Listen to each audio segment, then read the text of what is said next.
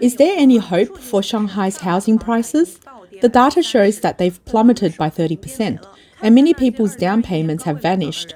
Just think about those who bought at the peak in 2021. They've been paying mortgages for 2 years, only to find out that 30% of their down payment is gone. That's tough for anyone to handle. I've been dealing with loans in Shanghai for 6 years and met several clients who believed in the policies, thinking Shanghai's market would recover. They dived into the housing market, only to get trapped. The prices have dropped so much, but the mortgage still needs to be paid. Can you imagine how desperate they must feel? The slump in China's real estate market continues, with Shanghai, China's financial and economic hub, experiencing a significant decline in housing prices.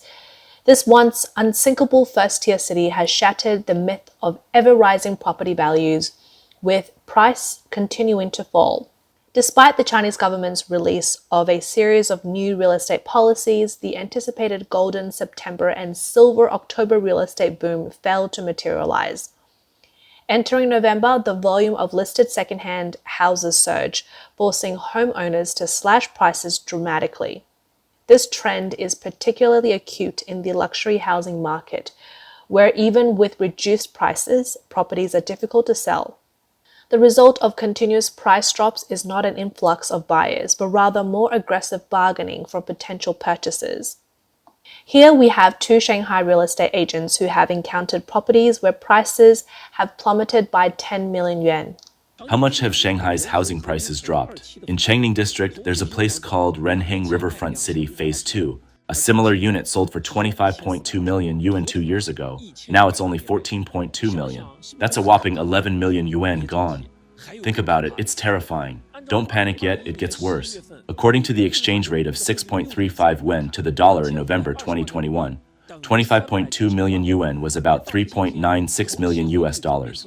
But now, with the current exchange rate of 7.25, 14.2 million yuan is only about 1.95 million US dollars. That's more than half the value gone.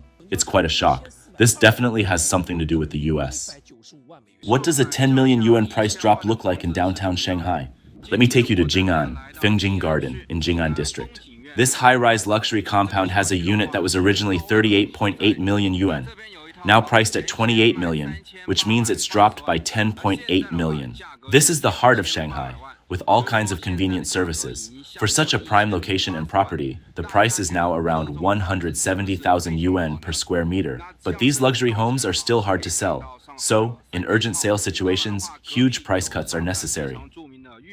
The drop isn't limited to luxury homes. Previously popular school district houses have also seen significant price reductions. I barely slept last night because my property has been listed with an agency for over half a year with no buyers. Yesterday, we visited the agency again, and what they said really disheartened me. The highest offer was 1.5 million, but now it's down to 1.09 million. They suggested dropping the price further to see if it could sell for 1 million. Many landlords unable to bear such losses have withdrawn their listings from the sale market, turning instead to the rental market. However, this path seems equally unviable now. Numerous bloggers have recently reported that Shanghai's rental market has also entered a cold winter. Many landlords are saying that selling houses is extremely difficult, almost impossible. But the truth is, renting out properties is equally challenging. Rent prices have dropped so much that landlords are reluctant to rent out. Getting a high rent is out of the question. Even finding tenants is tough. The high-end rental market is the first to be hit. According to Beku Research Institute, there's been a clear divide in Shanghai's rental market in the third quarter, with a noticeable downgrade in rental consumption. Rentals under 5,000 yuan increased by 4 percentage points, while those above 5,000 yuan significantly decreased. The share of high-end rentals is rapidly declining. Expensive properties are hard to rent out. Also, long-term rental apartments are struggling, with many companies desperately seeking to terminate contracts with landlords. The underlying reason is the increase in vacant properties, causing losses for agencies. The most shocking thing I've seen is some well-known brand properties being vacant for 77 days. For big long-term rental brands like Z-Room, the usual vacancy period is around 15 days. Why has renting out properties in Shanghai suddenly become so difficult? Industry insiders attribute this to a significant shift in market supply and demand. Firstly, the demand for high-end rentals is dwindling. while many foreign companies laying off staff, leading to reduced housing subsidies for high-income groups and inevitable consumption downgrades. Additionally, the expatriate community, who make up a significant component of the high-end rental market, is choosing to leave Shanghai. Areas like Pudong's Biyun and Changning's Gubei, which are homes to many Korean and Japanese expatriates, are seeing a decrease of over 20% in renters. Many international communities have had to reduce rents, some by a few thousand and others by as much as tens of thousands of yuan. Secondly, the demand from young people, a primary segment of the essential rental market, is also declining. In 2023, Shanghai's permanent population from other provinces and cities decreased by 257,300, a significant number who primarily form the essential rental demand. The employment situation for young people is not optimistic. Since the beginning of 2023, office rents in Shanghai have remained low. Recent third quarter data shows rent declines in all districts except Baoshan and Jingshan. According to real estate research reports, besides established business districts like Qiantan, Liujiazhui, and Xujiahui, where rents remain stable, other office buildings struggle not just with rising rents, but even with attracting tenants. Without office rentals, young people lack good job opportunities, affecting their ability to afford housing. Compounding the issue is the simultaneous decrease in rental demand and increase in available rental properties. Many landlords who find it difficult to sell their properties are turning to renting them out, and the rise of reduced price centralized apartments in Shanghai is also impacting the residential rental market. Therefore, with rental demand decreasing and supply increasing, properties are becoming more challenging to rent out, a trend likely to continue. As the year-end approaches, with fewer people changing jobs or rentals and some tenants returning to their hometowns for the Chinese New Year, Shanghai's rental market faces even more difficulties. The downturn in Shanghai's real estate market is just one indicator of its broader economic decline. As China's de facto financial center, the collapse in its financial sector is even more concerning. Recently, a well-known Chinese financial analyst, Lao Man, published an article at the end of November titled "How Bad is Shanghai's Economy?" outlining dismal economic data from Shanghai this year. Notably, non-bank financial institutions in Shanghai, including insurance, securities, and trust companies, have almost entirely lost their growth momentum. In addition to the withdrawal of foreign capital, he said Shanghai's economy is now like a pond of dead water. The article pointed out that as of the end of September this year, the scale of the deposit of non-bank financial institutions were only 24.23 trillion yuan, a mere 0.8% increase from 24.04 trillion yuan at the end of 2022. This meager growth indicates a severe liquidity crunch in the financial market, primarily due to local debt restructuring projects draining funds. Lao Man emphasizes that the cash held by non-bank financial institutions is a direct reflection of liquidity in China's financial investment sector. For example, in 2016, these institutions saw a decline of 0.7%, a consequence of the stock market crash in 2015, leading to a severe liquidity shortage in the non-banking financial sector. The stagnation of funds in non-banking financial institutions in 2023 signifies a severe contraction of market liquidity. This had led to the Shanghai Composite Index struggling around the 3,000-point mark. On December 5th, the Shanghai Composite Index once again fell below the 3,000-point mark, closing at 2,972.30 points. Since the index first surpassed 3,000 points in early 2007, this level has remained a significant threshold. The recent drop reflects a loss of investors' confidence in the stock market, a possible continuous outflow of capital, and potentially challenging year-end liquidity conditions for non-banking financial institutions. Lao Man believes that the pressure to repay local government debt this year has already drained liquidity from the financial markets, with next year expected to be even more challenging. Cash reserves for non-banking financial institutions are likely to shrink significantly, leaving little opportunity for bullish sentiment in the financial markets. In this context, Shanghai, as China's financial hub, faces the brunt of these challenges. By the end of September this year, the deposit growth of non-banking financial institutions in Shanghai was only 0.1%, not even matching the modest national increase of 0.8%. With the added pressure of local government debt repayments in November and December, it is expected that Shanghai's non-banking financial institutions will see a negative growth in deposits, signaling a severe liquidity crunch in Shanghai's financial market. The financial industry, which traditionally contributes about 20% of Shanghai's total tax revenue, is in a dire state. If we include taxes generated by business services directly related to finance, such as financial auditing and consulting, this figure could reach 25%. Given the financial industry's struggles, Shanghai's overall tax revenue situation is undoubtedly grim. According to data from the Shanghai Municipal Tax Service, the city generated a total tax revenue of 1.5 trillion yuan in the first 3 quarters of the year, a mere 2.8% increase year on year, significantly trailing the national growth rate of 11.9%.